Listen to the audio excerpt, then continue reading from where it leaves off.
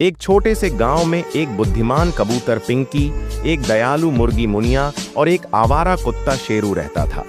पिंकी हमेशा ऊंचाई से गांव को देखता, मुनिया अपनी चूजों की देखभाल करती और शेरू भूखा प्यासा इधर उधर भटकता, लोगों से बचकर रहता।